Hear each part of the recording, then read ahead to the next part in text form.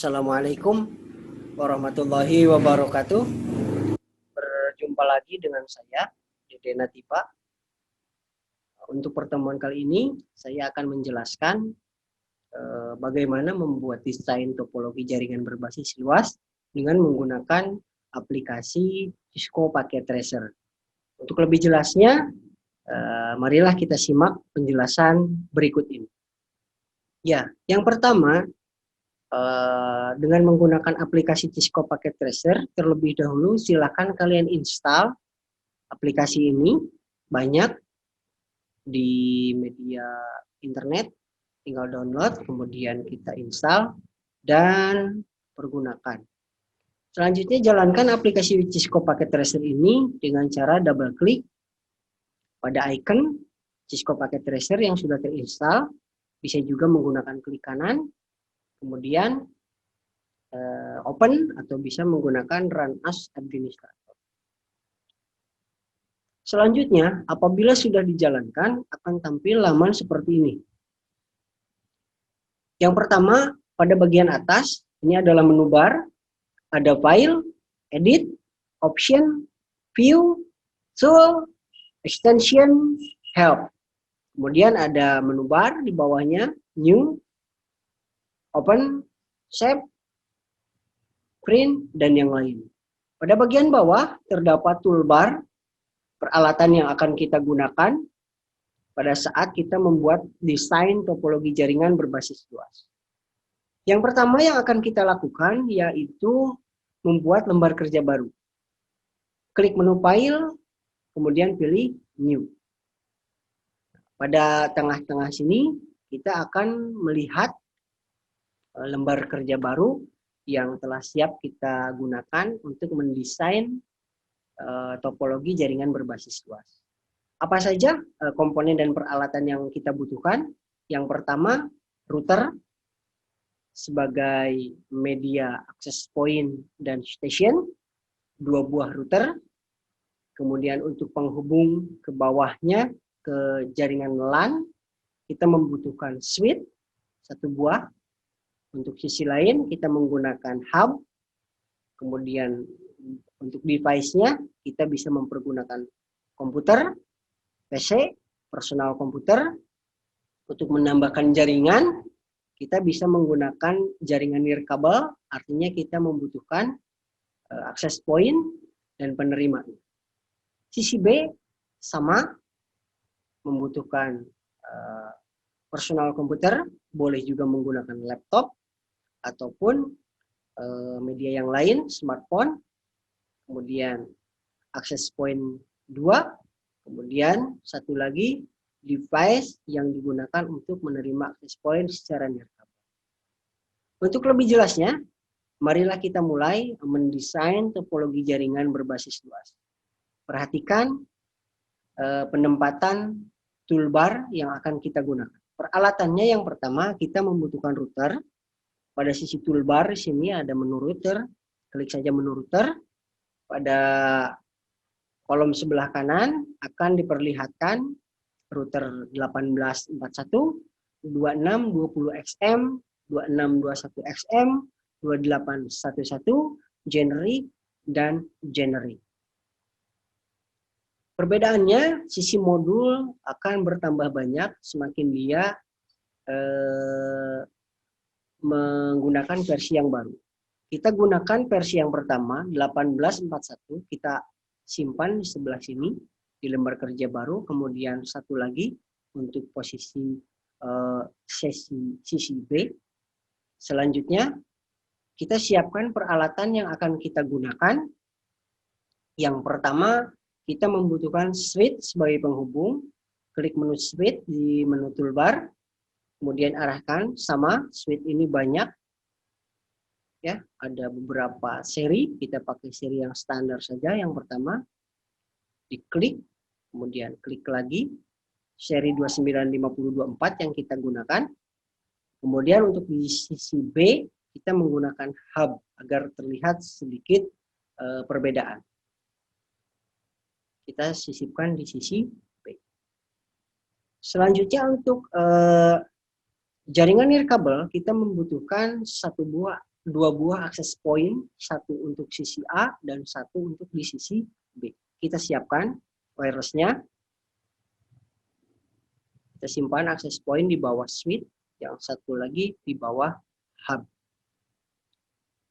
Setelah terdapat 3 buah komponen ini, kita memerlukan peralatan yang akan kita gunakan untuk konfigurasi jaringan WAN tersebut.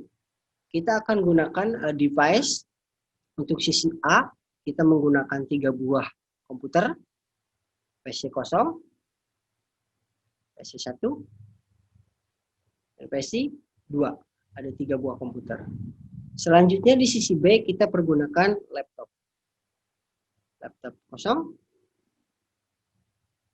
laptop 1, dan laptop 2. Untuk menghubungkan antara PC dengan switch, kita membutuhkan sebuah kabel penghubung yang sudah kita bahas di pertemuan sebelumnya. Kabel yang kita gunakan yaitu kabel UTP. Seri UTP ada 2 jenis, ada strike dan ada juga crossover.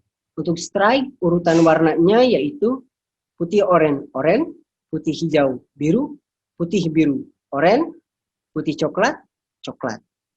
Kabel strike digunakan untuk device yang berbeda. Seperti contoh, sebagai contoh, PC 0 dengan switch. PC 0 dengan akses point. Artinya, digunakan dengan yang berbeda jenis device. Dan crossover, urutan warnanya adalah putih hijau, hijau, putih oranye, biru, putih biru, oranye, putih coklat, coklat. Dan di sisi yang satunya lagi, urutan warnanya sama dengan kabel strike. Baiklah, kita hubungkan PC 0 dengan switch, pergunakan connection, klik menu connection, kemudian pilih otomatis. Di sini ada berbagai jenis kabel. Untuk mempermudah, yang pertama ada automatic cable, ada konsol, ada strike, kemudian crossover, ada fiber, kemudian ada PON, koaksial, serial DCE, dan serial DT. Kita pergunakan automatic push connection tipe. Klik. Hubungkan PC 0 dengan switch. Maka dia akan secara otomatis memilih kabel yang diperlukan. Kabel jenis ini apabila tidak ada putus-putusnya, ini disebut kabel strike. Apabila kabel cross, dia di tengahnya akan terdapat putus-putus seperti ini. Nah, ini adalah kabel cross. Artinya kabel yang digunakan antar router dengan router satu jenis ini disebut kabel cross. Selanjutnya kita hubungkan kembali PC 1 dengan switch. Kemudian kita hubungkan router 0 dengan switch.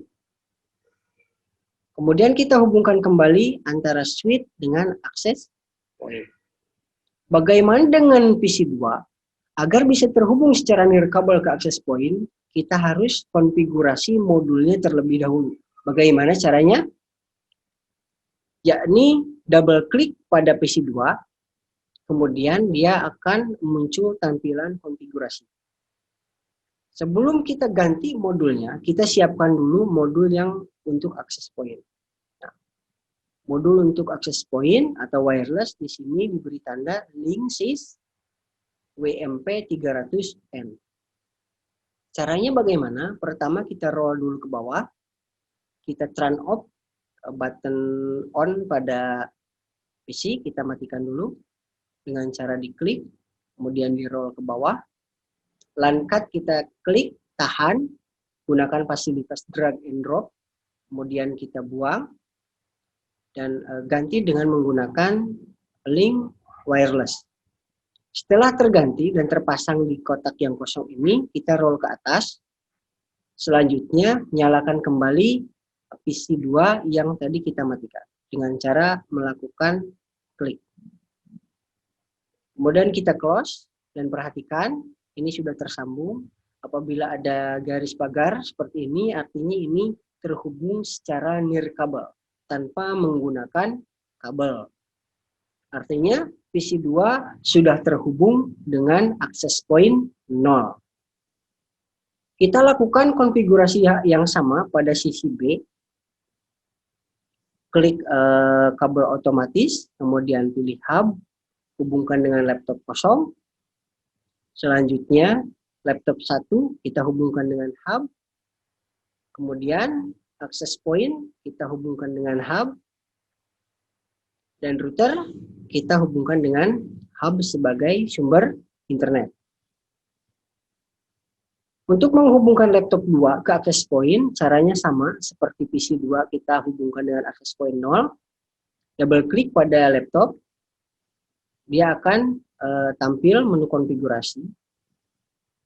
Scroll ke bawah, dia akan terlihat modulnya. Turn off terlebih dahulu. Sini ada button turn on dan turn off. Klik turn off untuk mematikan laptop. Selanjutnya LAN card kita ganti dengan modul wireless. Dengan menggunakan fasilitas drag and drop. Apabila sudah terpasang connection wireless ini, kemudian kita nyalakan kembali. Sudah nyala. Dan kita perhatikan agak sedikit melenceng. Caranya yakni dimatikan dulu kemudian dinyalakan kembali.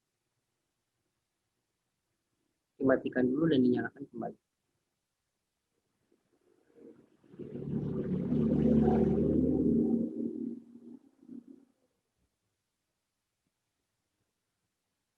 Ya. Ini sudah terhubung ke akses point 1. Agar tidak lupa, kita ganti ataupun kita kasih nama. Di sini kita kasih nama pada menu note. Klik menu note, kemudian tulis di atasnya server pusat wilayah barat. Dan untuk sisi B, kita tulis klien wilayah timur.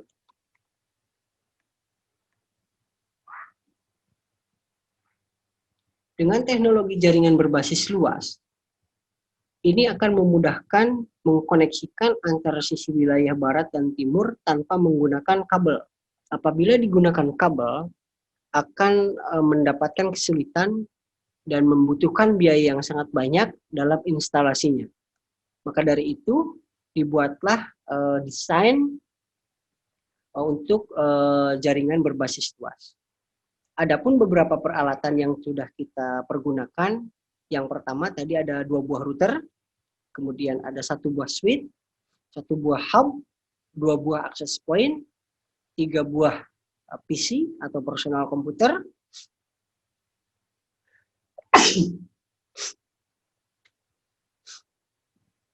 dan 3 buah laptop dengan teknik desain jaringan berbasis luas. Saya sarankan sebelum melakukan instalasi terlebih dahulu silahkan gambarkan desain yang akan kita pergunakan. Apakah di LAN-nya itu akan menggunakan topologi star ataupun topologi tree. Kita gambarkan terlebih dahulu agar memudahkan pada saat melakukan instalasi. Jaringan. Dengan demikian, setelah kita dapatkan desain dari topologi jaringan berbasis luas ini, kita tinggal melakukan instalasi jaringan secara real. Alat peralatannya, kemudian kabelnya, kemudian teknik pelaksanaan yang akan kita gunakan, dan saya sarankan tidak diinstalasi secara sendiri, karena pada jaringan berbasis luas ini membutuhkan beberapa orang teknisi dalam pelaksanaannya. Hal ini diakibatkan sangat sulit melakukan pemasangan instalasi jaringan berbasis luas. Apabila kita menginstalasi di daerah perkotaan, ini akan lebih mudah. Dan apabila ketika kita melakukan instalasi pada daerah geografis yang